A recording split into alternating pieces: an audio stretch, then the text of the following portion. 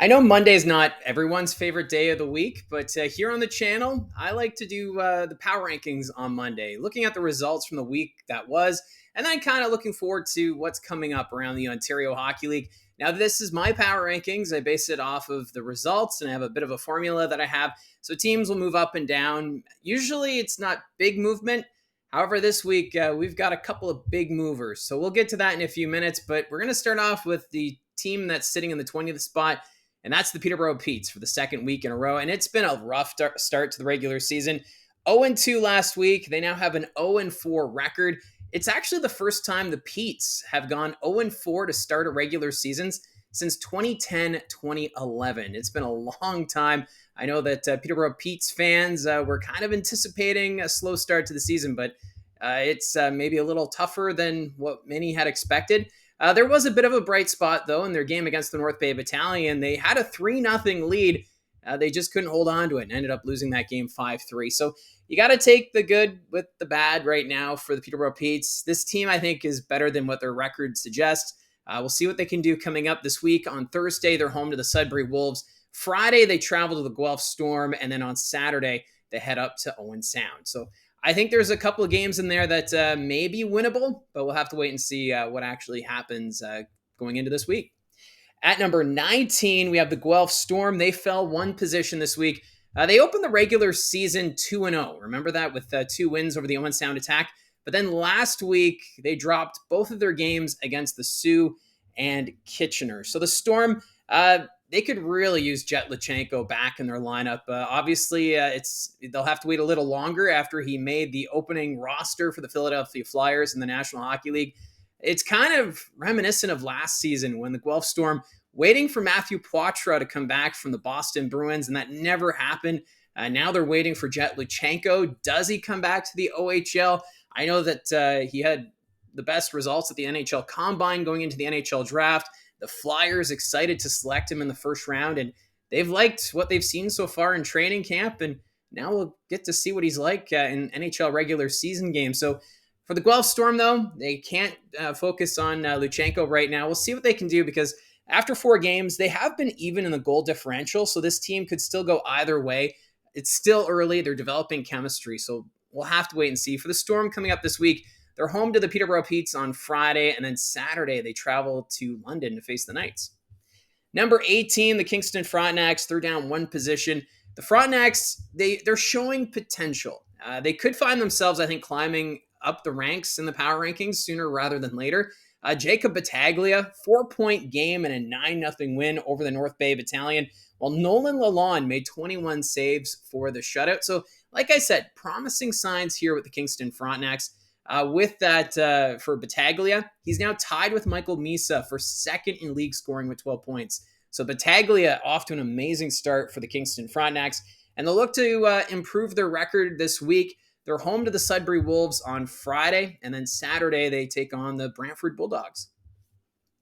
At number 17, we have the Sarnia Sting. They're up 2 positions this week. The Sting, they played their first 3-3 of the regular season, and they managed 4 out of a possible 6 points with a win, overtime loss, and a shootout loss. So not too bad here for the Sarnia Sting. I really like how they were able to keep pace with the Saginaw Spirit in the shootout loss. So give credit to the Sting team. And Beckham Edwards, the rookie forward, looking good to start this season. 3 goals, 1 assist over the last 3 games. So I think there's a bright future here for the Sarnia Sting. And Beckham Edwards, I think, is going to be right in the thick of it. Coming up this week, they're on the road to visit the Brantford Bulldogs Wednesday night. Friday, they host the Oshawa Generals. And then on Sunday, they're home to the Flint Firebirds. 16, the Sioux Greyhounds. They are down 6 spots. Like I said earlier, there's some big movers, and the Greyhounds, one of them with this big drop. The start of the season not going all that well right now. The Greyhounds 1-2 on their 3-game road trip with 1 win over the Guelph Storm, who are another team that's been struggling. The Sioux Greyhounds, they did acquire Charlie Hilton from the Ottawa 67s last week. He earned 2 assists in his debut in the win against Guelph. So some positives there. We'll see what they can do this week. On Friday, they're home to the Kitchener Rangers, and then Sunday, a tough matchup on the road against the Saginaw Spirit. At number 15, we have the Owen Sound Attack. No change from last week. The long-awaited Colby Barlow trade was finally made last week, and I do like the pieces Owen Sound received from Oshawa in that trade with Tristan DeLille and David Bedkowski. DeLille actually scored in his debut for the Owen Sound Attack in their win against the Brantford Bulldogs, and then the team would follow that up with a loss at home to Kitchener. So they went 1-1 last week. That's why they're just still sitting in that 15 spot. This week, though, it's a full week. Wednesday, they're home to the London Knights. Friday, they travel to Niagara. Saturday, they're home to Peterborough. And then on Monday, which is Thanksgiving Monday, they're up in North Bay to battle the Battalion. So 4 games coming up this week. So the Owen Sound Attack, one of the busier teams in the Ontario Hockey League. And with that in mind, I won't be doing a Power Rankings next Monday on Thanksgiving Monday. It'll then be on next Tuesday will be the next Power Rankings, just to know. At number 14, we have the Brantford Bulldogs. They fell 6 positions, kind of like the Sioux Greyhounds. High expectations for this team coming into the regular season for Brantford. They acquired Ryerson Leanders, which kind of cemented the expectation that this team would be competitive in the Eastern Conference.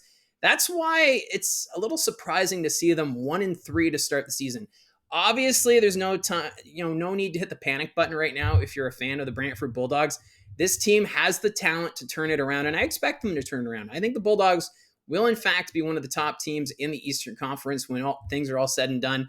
But right now, still trying to figure out chemistry and just trying to get some winning ways here. On Wednesday, they're home to the Sarnia Sting. Friday, though, they travel to Ottawa to face the 67s. And then on Saturday, they're in Kingston to battle the Frontenacs. At number 13, we have the Barrie Colts, who are up 1 position this week. The Colts slowly getting closer to having a full lineup. They had Bo Akey return after his double shoulder injury, and Riley Patterson also back from his 2-game suspension. The only player really missing from the lineup right now is Bo Jelsma, and it sounds like he could be back sooner than expected, maybe in another week or 2, which would be great for this lineup. The offense, a little slow to get going this regular season. They were 2-1 last week, the loss coming against the Brampton Steelheads, who are just dominant right now in the Ontario Hockey League. Now, it's penalties have been a bit of an issue for this Barrie Colts team. I know Gabriel Eliasson still trying to get used to the North American style. He's been taking quite a few penalties. We'll see how the team adapts as they go forward. But they looked pretty good in their 2 wins against Sudbury and Oshawa. And coming up this week, they go to London to face the Knights on Friday. And then Saturday, they take on the Brampton Steelheads once again. At number 12, the Niagara Ice Dogs. They're up 4 positions. They're the team almost everyone is talking about around the Ontario Hockey League. They have been a pleasant surprise. They're now 4-0 to start the year. And I looked back. This is the first time they've won 4 games in a row to start a regular season since 2006-2007 when they were the Mississauga Ice Dogs. It's been a long time coming for the Ice Dogs. I actually had to do a double take when I was looking back at the history of the starts for the Ice Dogs. And a lot of people expected Niagara to maybe challenge for a playoff spot this year. But if they can continue to earn points like they are early in the regular season, this team will definitely make a playoff spot, snapping that drought that dates back to 2019. I'm going to actually do more of a deep dive into the start of the Niagara Ice Dogs. So keep an eye out for that video. If you haven't hit subscribe yet, hit subscribe, and that video will be posted talking about this red hot start for Niagara. Kevin he's one of the driving factors in how good this Niagara team has been.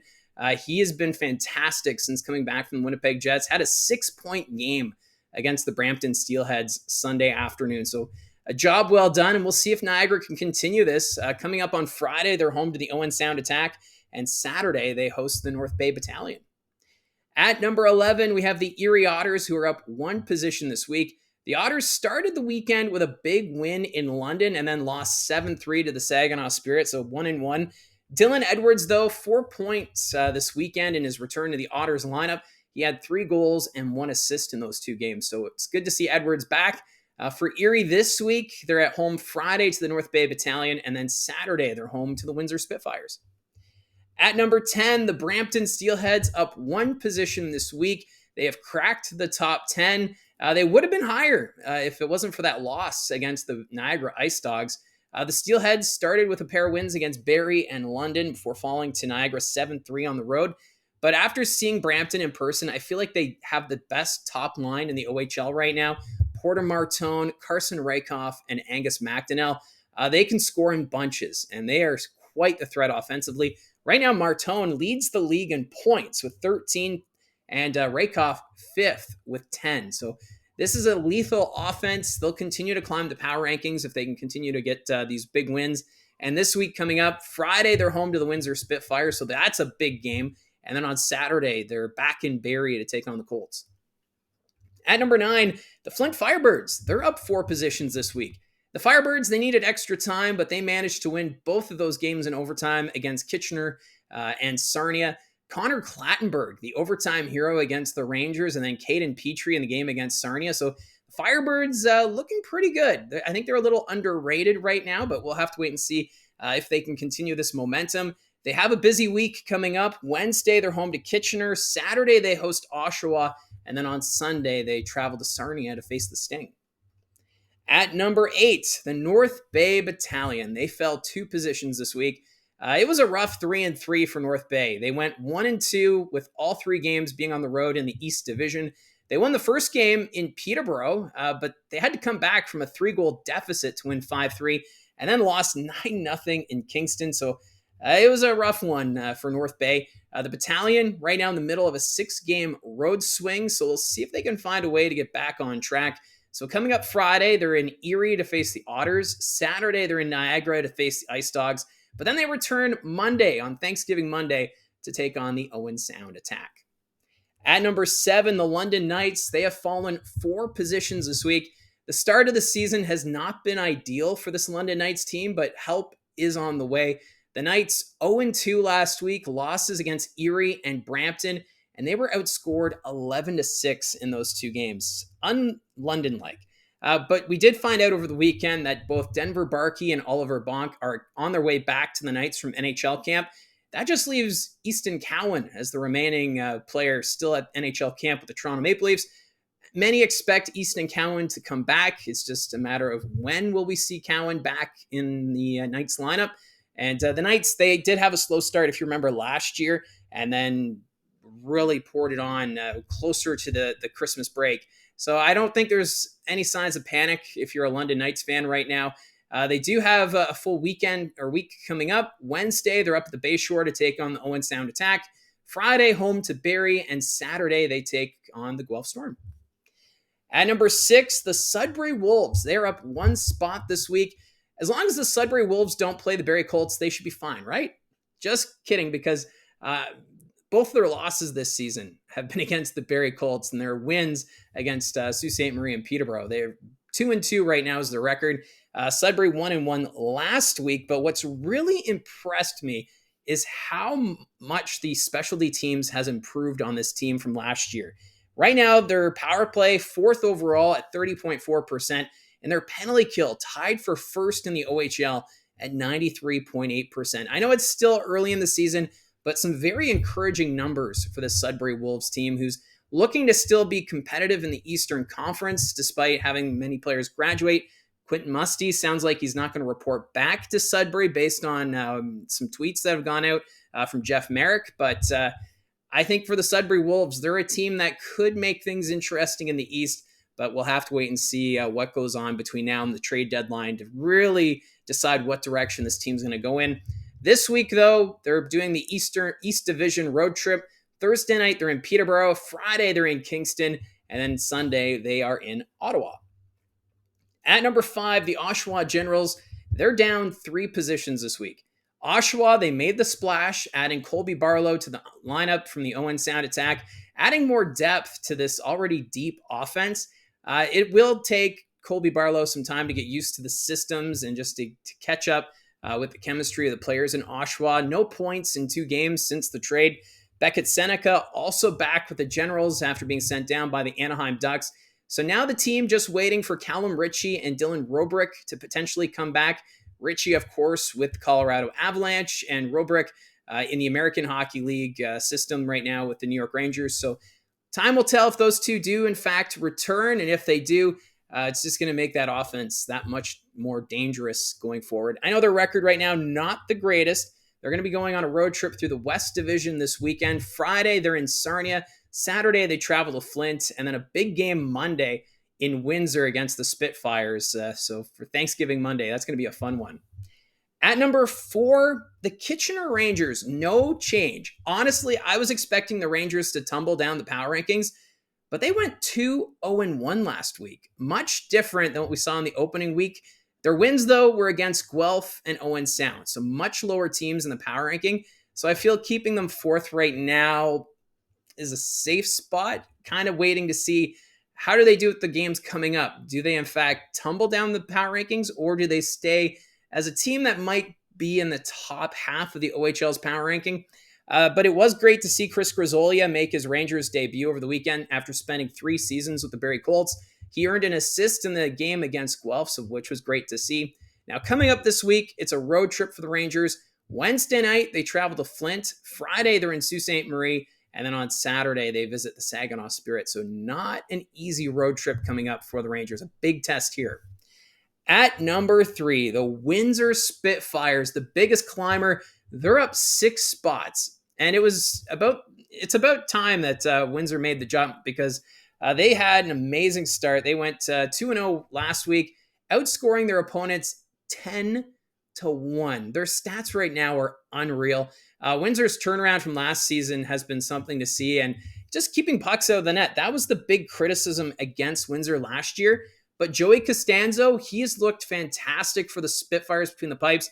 He earned a shutout in their win against Sault Ste. Marie, and he's got a .943 save percentage right now. So Costanzo had a rough year last year, but this year looks like a whole new goaltender, and just the team in front of him that much better. And they're getting players back from the NHL camp. Spellacy, he returned. Protas, he's there as well. So the Windsor Spitfires, they're looking dangerous, and we'll see if they can continue this. Friday, they're in Brampton to face the Steelheads. Saturday, they travel to Erie. And then on Monday, they host the Oshawa Generals.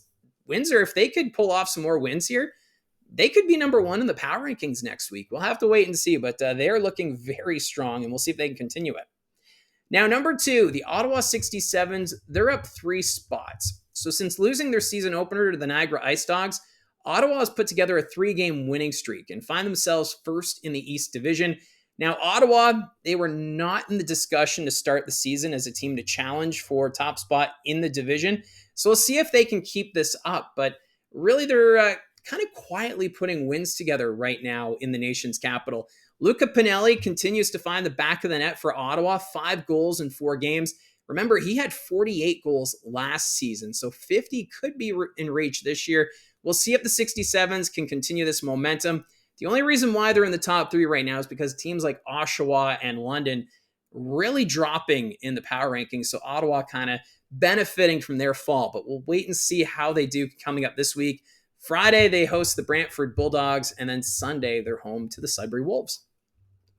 So that leaves us with the number 1 team in the power ranking. For the second week in a row, it's the Saginaw Spirit. And they went 2-0 again last week. One of those wins was in a shootout against the Sarnia Sting, but a win is a win.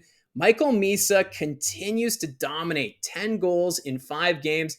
I almost feel like he took offense to the early NHL projections for the 2025 entry draft, where he was not projected to be the first overall pick, because he has been on beast mode this season. And it's been great to see. We'll see if he can continue it. They do have 2 games upcoming this weekend. Saturday, they host the Kitchener Rangers, and then Sunday, they're home to the Sioux Greyhounds. So that's the power rankings for this week. Let me know in the comments section down below your thoughts on the power rankings. What teams are surprising you? Who do you think should be the top team in the power rankings? Love the interactions, and just a reminder, next week's power rankings will be on the Tuesday instead of the Monday, because this upcoming weekend is the Thanksgiving weekend. So again, thank you very much for all your support. Don't forget to hit like and subscribe. Talk to you soon.